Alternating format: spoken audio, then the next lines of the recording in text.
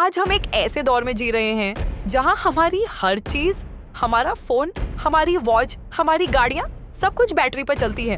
हमें लगता है कि इलेक्ट्रिसिटी और बैटरी मॉडर्न इंसान की सबसे बड़ी इजाद, इन्वेंशन है।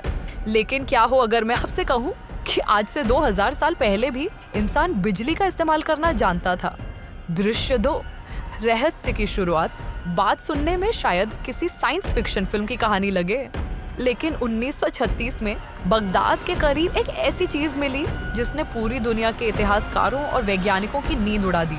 एक मिट्टी का घड़ा जिसके अंदर कॉपर का सिलेंडर और लोहे आयरन की रॉड थी।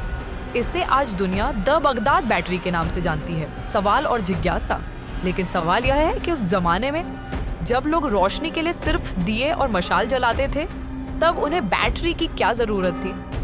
क्या यह सिर्फ एक इत्तेफाक था या फिर हमारे पूर्वजों के पास कोई ऐसा राजा था जो वक्त की धूल में कहीं खो गया? आज के इस वीडियो में हम इस पुरानी बैटरी का पूरा सच जानने की कोशिश करेंगे। खोज की कहानी शुरू होती है इराक की राजधानी बगदाद के पास एक छोटे से गांव खुजुट राबुआ में। यहाँ की खुदाई के दौरान आर्कियोलॉजिस्ट्स को एक अजीब सा आर्टिफैक्ट मिला। ये लगभग 5 से 6 इंच लंबा एक मिट्टी का जार था। पहली नजर में ये किसी आम बर्तन जैसा लगता था, लेकिन जब इसके अंदर देखा गया तो रिसर्चर्स दंग रह गए। इसके अंदर एक कॉपर का सिलेंडर था और उस सिलेंडर के अंदर एक लोहे की रॉड लगी हुई थी जिसे बिटुमेन यानी एक तरह के डामर से सील किया गया था ताकि कोई लिक्विड लीक ना हो। अब यहाँ से शुरू होती है असली मिस्ट्री। जब 1938 में जर्मन आर्कियोलॉजिस्ट विल्हेम कोनिग ने इसका मुआयना किया तो उन्होंने एक हैरत अंगेज दावा किया। उन्होंने कहा कि यह कोई आम बर्तन नहीं बल्कि एक गैल्वेनिक सेल यानी एक बैटरी है। उनका मानना था कि अगर इस जार में कोई एसिडिक लिक्विड जैसे कि अंगूर का रस या सिरका, विनेगर डाला जाए तो यह केमिकल रिएक्शन के जरिए बिजली पैदा कर सकती है। जरा लॉजिक लगाइए, यह आर्टिफैक्ट पार्थियन पीरियड का है, यानी आज से तकरीबन 2000 साल पुराना। तब ना तो बल्ब थे, ना वायर्स और ना ही कोई इलेक्ट्रॉनिक डिवाइस। तो फिर इस बैटरी का काम क्या था? इस सवाल के जवाब में कई थ्योरीज से सामने आई हैं। पहली और सबसे मशहूर थ्योरी है इलेक्ट्रोप्लेटिंग। वैज्ञानिकों का एक ग्रुप मानता है कि उस जमाने के सुनर गोल्ड स्मिथ्स इस बैटरी का इस्तेमाल करके सस्ती धातुओं जैसे चांदी के ऊपर सोने की परत चढ़ाने के लिए करते थे।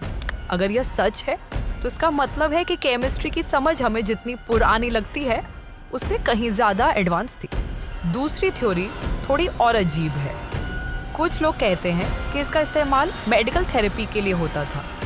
पुराने ज़माने में लोग दर्द दूर करने के लिए या किसी धार्मिक अनुष्ठान के दौरान हल्का झटका देने के लिए इसका यूज़ करते होंगे। आपने शायद सुना हो कि पुराने ग्रीस में लोग दर्द कम करने के लिए इलेक्ट्रिक फिश का सहारा लेते थे। तो क्या बगदाद के लोग इस बैटरी से वही काम ले रहे थे? लेकिन यहाँ एक बहुत बड़ा ट्विस्ट है। दुनिया भर के बहुत से मेनस्ट्रीम वैज्ञानिक इस बात से एग्री नहीं करते। उनका कहना है कि यह सिर्फ एक स्टोरेज जार था जिसमें पुराने स्क्रोल्स या कागज रखे जाते थे ताकि वो खराब ना हो। उनका आर्गुमेंट बड़ा सिंपल है। अगर उस वक्त के लोग बैटरी के बारे में जानते थे तो हमें उस जमाने के तरह सर्किट या कोई और मशीन क्यों नहीं मिली? सिर्फ एक अकेली बैटरी मिलने का क्या मतलब? इस मिस्ट्री को सॉल्व करने के लिए मॉडर्न दौर में कई एक्सपेरिमेंट किए गए। डिस्कवरी चैनल के मशहूर शो मिथबस्टर्स में भी इसका एक रेप्लिका बनाया गया था।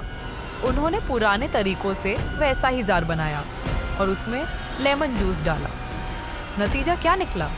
वो बैटरी वाकई 0.5 से लेकर 2 वोल्ट तक की बिजली पैदा कर रही थी। यानी टेक्निकली विल्हेम कोनिग सही थे, वो बैटरी वाकई काम करती थी। असली सवाल तब भी वही रहता है, क्यों? अगर उनके पास बिजली बनाने का तरीका था तो उन्होंने इससे दुनिया क्यों नहीं बदली?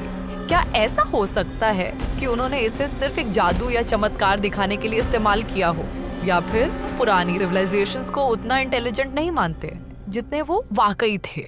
इतिहास की किताबों में हमें पढ़ाया जाता है कि पहली बैटरी साल 1800 में एलेसेंड्रो वोल्टा ने बनाई थी। लेकिन बगदाद बैटरी हमें मजबूर करती है यह सोचने पर कि शायद हमसे पहले भी कोई था जो साइंस के इन राजों को जानता था। दोस्तों, हिस्ट्री हमेशा वैसी नहीं होती जैसी दिखती है। क्या पता ऐसे कितने और राज्य जमीन के नीचे धब्बे होंगे जो हमारी पूरी समझ को बदल देंगे। आपको क्या लगता है, क्या बगदाद बैटरी वाकई एक पुरानी टेक्नोलॉजी थी या सिर्फ एक इत्तेफाक? अपनी राय नीचे कमेंट सेक्शन में ज़रूर बताएं। उम्मीद है आपको आज का यह एपिसोड इंफॉर्मेटिव लगा होगा। अगर वीडियो अच्छा लगा तो इसे अपने दोस्तों के साथ शेयर करें और चैनल को सब्सक्राइब करना मत भूलना। मिलते हैं अगले वीडियो में।